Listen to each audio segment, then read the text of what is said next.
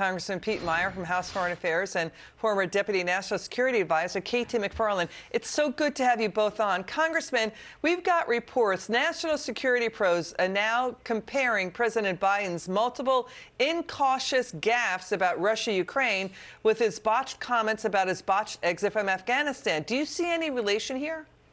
I think this is a president who is scrambling to keep up with a very rapidly changing scenario, and frankly, that he doesn't have a solid grasp on. I mean, again, when the president says something as commander-in-chief, that is indicative of what U.S. policy is.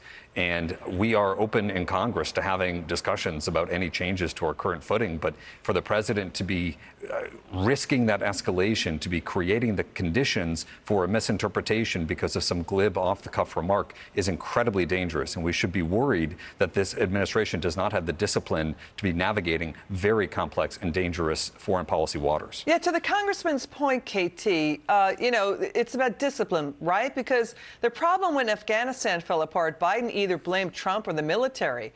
And Biden also said it was, quote, about Afghanistan, highly unlikely the Taliban would take over, would not quickly collapse, no one is being killed. He's made comments like that within weeks of all that happening.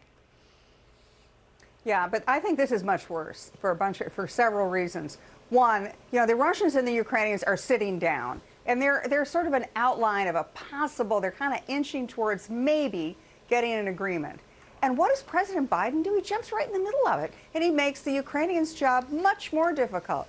Think about what he's called Putin in the last few days. He's a war criminal. He's a butcher. He's got to be removed from office. We're going to respond with chemical attacks in kind. And then telling the 82nd Airborne Division in Poland, when you guys get to Ukraine, huh? We're sending troops to Ukraine now? Now, maybe they're all gaffes, but that's not how Moscow reads it. Putin is paranoid. And he has just heard in the last 2 weeks everything to reinforce his paranoia. So what does that put him in the position of saying? Look, I've got nothing left to lose. Why should I have some kind of an agreement that may not really be in my best interest long term? They're going to, if everybody's going to come after me, I'm going to be accused of being a war criminal, maybe even gone to trial, maybe even assassinated or kicked out of office. He's a cornered rat, as he likes to talk about cornered rats in Leningrad. I think it really has made the Ukrainians' position much more difficult. And, to what KT is saying, it's Russia's Putin could say, I was right all along. The president does want to remove me from office. NATO does want to take over. But Congressman, to what KT is saying, the president is saying, well, this wasn't my policy. It was just my personal opinion that Putin has to go. So what else is his opinion, just his opinion? The chemical weapons, sanctions never deter. You know what I mean? It just feels slipshod and all over the map. And Germany and France is saying, hey, wait a second. You're making ceasefire negotiations much more difficult.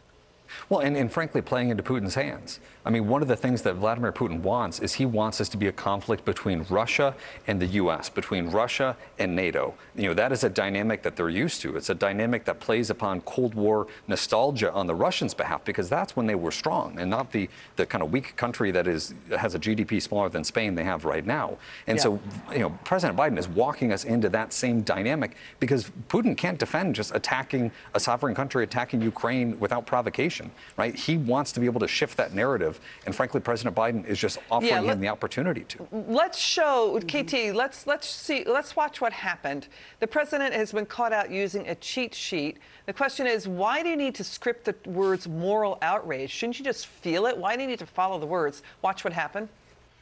It made it sound like just in the last couple days, it sounded like you told U.S. troops they were going to Ukraine.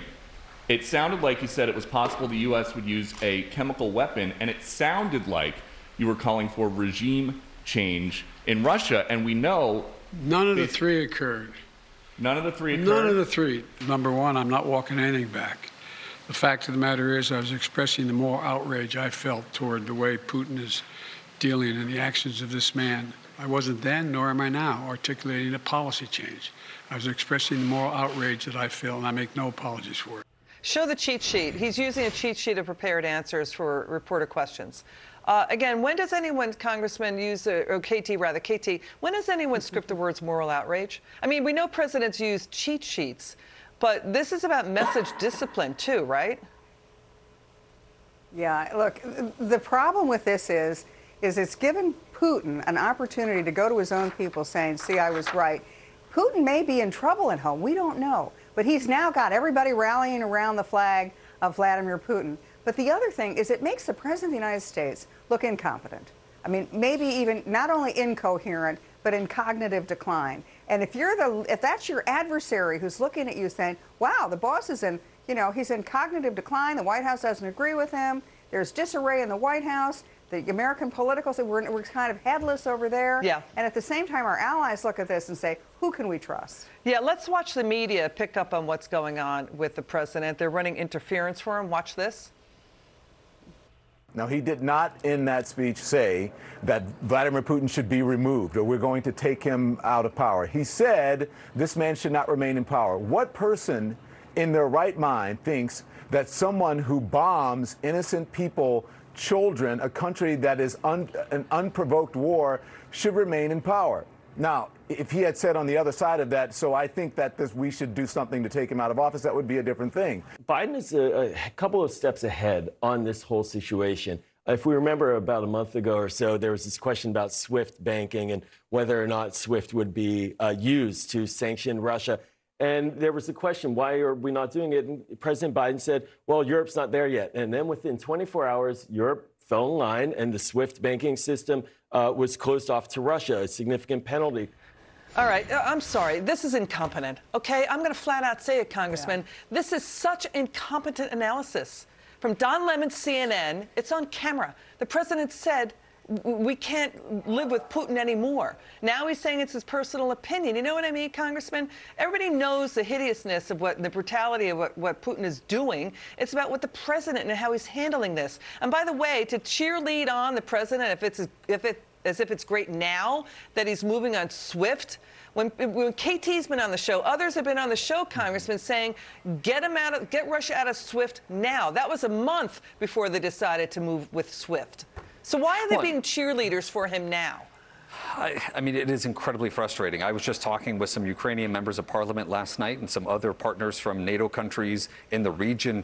The administration is saying that they're, leading from behind, that they think that, the EU and NATO should be the ones really driving this conversation, and the U.S. is there to support it. But the reality is we're following in those footsteps. We're not actually focusing on delivering and on making sure that Putin is being pushed back effectively. We are being guilted after the fact rather than being real leaders in this moment and, frankly, stepping up as a superpower needs to. Congressman Meijer and KT McFarland, it's great to have you on. Come back soon. Okay.